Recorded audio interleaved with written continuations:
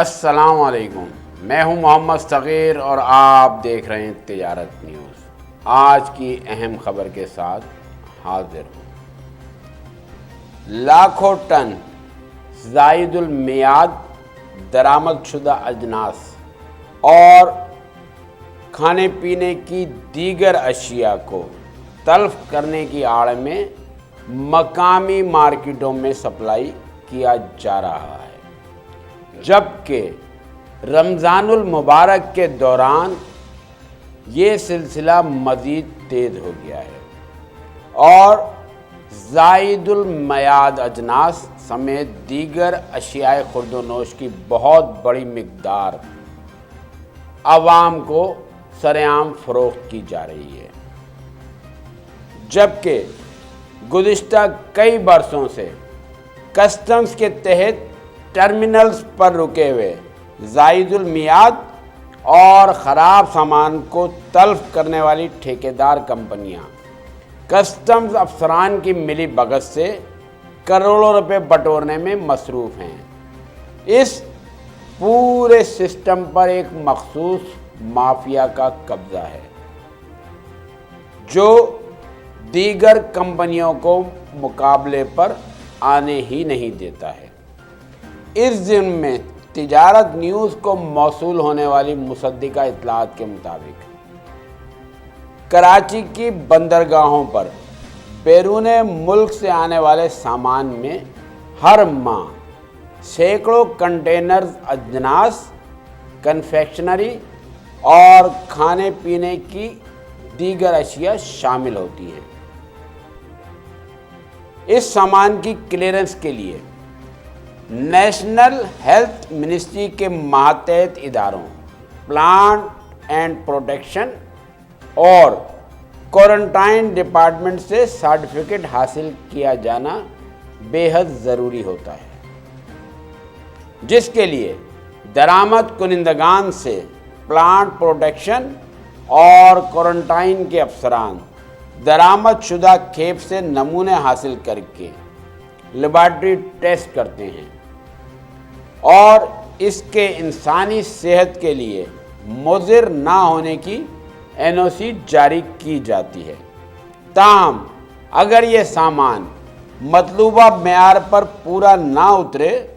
تو اس کو NOC نہیں دی جاتی۔ تاہم زیادہ تر درآمد کنندگان اپنے ایجنٹوں کے ذریعے خراب اور زائد المیعاد سامان کے لیے بھی بھاری رشوت دے کر پلانٹ اینڈ پروٹیکشن اور کوارنٹائن ڈپارٹمنٹ سے سرٹیفکیٹ حاصل کر لیتے ہیں۔ ذرائع کے مطابق کسٹمز اپریزمنٹ کے حکام کی جانب سے ایسے کئی کنٹینرز کو کلیئرنس کے دوران درآمد کنندگان اور ایجنٹوں کی جانب سے ٹیکس چوری کے لیے کی جانے والی جعل سازیوں کی وجہ سے روک کر ضبط کر لیا جاتا ہے۔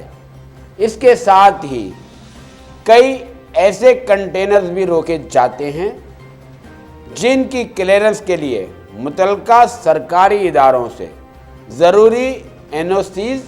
یا سرٹیفکیٹ نہیں حاصل کیے جاتے۔ بعد ازاں قانونی کارروائی کے طویل مراحل کی وجہ سے ایسے درجنوں کنٹینرز کی نیلامی بر وقت نہیں ہو پاتی اور ان میں موجود سامان زائد المیعاد ہو جاتا ہے۔ ایسے سامان کو ہر ہفتے اور مہینے علیحدہ کر کے کسٹمز کے تحت تلف کر دیا جاتا ہے۔ ذرائع کے مطابق اس پورے سسٹم پر گزشتہ کئی برسوں سے ایک بڑی اور با اثر مافیا خاموشی سے قابض ہو چکی ہے، جس کو بندرگاہوں کے تمام اپریزمنٹ کلیکٹریٹس کے متعلقہ افسران کی سہولت کاری بھی حاصل ہے۔ اس کے عوض انہیں مسلسل بھاری کمیشن بطور رشوت دیا جاتا ہے۔ ذرائع کے مطابق کسٹمز قوانین کی پہلی ترجیح یہ ہوتی ہے کہ کسٹمز کے تحت ایسے سامان کے کنٹینرز کو جلد قانونی کارروائی مکمل کر کے عدالتی اجازت ناموں کے بعد نیلام کر دیا جائے تاکہ اس سے قومی خزانے کو محصولات مل سکیں۔ تاہم کئی ٹرمینل پر رکے ایسے سامان کے کنٹینرز کو نیلامی سے بچانے اور تلف کرنے والے پروسیس میں جان بوجھ کر ڈالنے کے لیے کسٹمز کے متعلقہ افسران نجی ڈسٹرکشن کمپنیوں کی سہولت کاری کر رہے ہیں۔ ان کے طریقہ واردات کے مطابق ایسے سامان میں موجود دالوں، مسالوں کے ساتھ ہی دیگر اجناس اور کھانے پینے کی اشیاء کی نیلامی کو ایک بار پھر پلانٹ اینڈ پروٹیکشن اور کوارنٹائن ڈپارٹمنٹ سے NOC حاصل کرنے سے مشروط کر دیا جاتا ہے۔ حالانکہ اس سامان پر ان کے درآمد کنندگان درآمد کے وقت ہی NOCs اور سرٹیفکیٹ حاصل کر کے کلیئرنس کی دستاویزات کے ساتھ منسلک کر چکے ہوتے ہیں۔ تاہم نیلامی کے لیے اس شرط کو دوبارہ رکھنے کا مقصد صرف یہی ہوتا ہے کہ بولی دہندگان کے لیے مشکلات پیدا ہوں اور یہ سامان بالآخر ڈسٹرکشن یعنی تلف ہونے کے عمل میں چلا جائے۔ معلوم ہوا ہے کہ کسٹمز کے تحت سامان کی ڈسٹرکشن پر عمل ہوتا ہے کہ تمام قانونی عدالتی کارروائی مکمل ہونے کے بعد کسٹمز کے اعلیٰ حکام کی منظوری سے سامان کے کنٹینرز کسٹمز کے اسکارٹ یعنی پہرے کے ساتھ نجی ٹھیکیدار کمپنیوں کے خالی